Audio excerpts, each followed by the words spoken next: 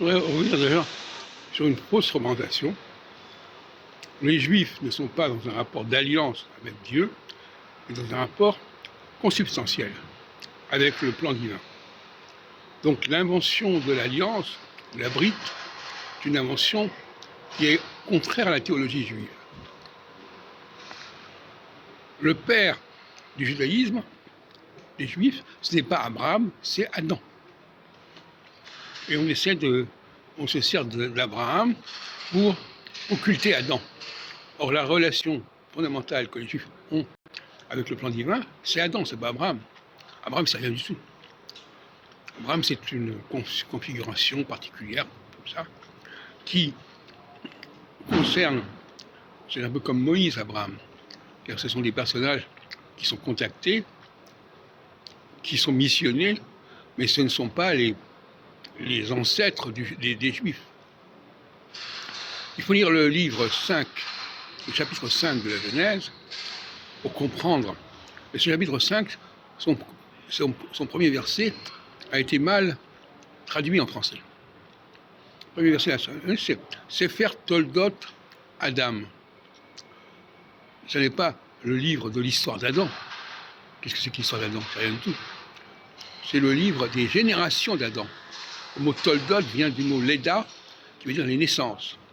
Ce sont des successions. D'ailleurs, on emploie encore le mot comme ça. Mais alors, donc finalement, il y a une ambiguïté concernant la traduction du mot Toldot, qui veut dire en réalité les générations.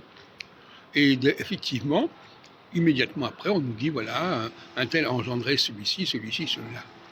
Bon.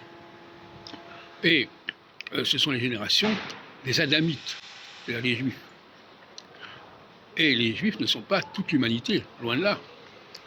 C'est pour ça que quand Abel et Caïn, qui sont les fils d'Adam, quand Caïn est dénoncé et condamné, il répond « Mais où est-ce que je vais pouvoir aller? Les autres peuples vont me persécuter. » Qui prouve bien que toute l'humanité ne se réduit pas au personnage d'Adam et à la lignée d'Adam.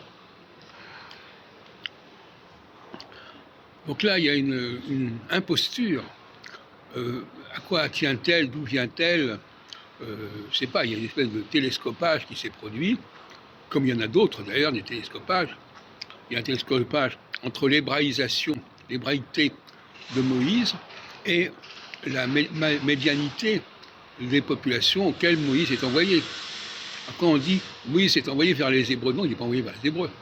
Moïse est un Hébreu envoyé vers les Madianites, qui sont un peuple à part, particulier, qui est plus ou moins à la lisière de l'Égypte.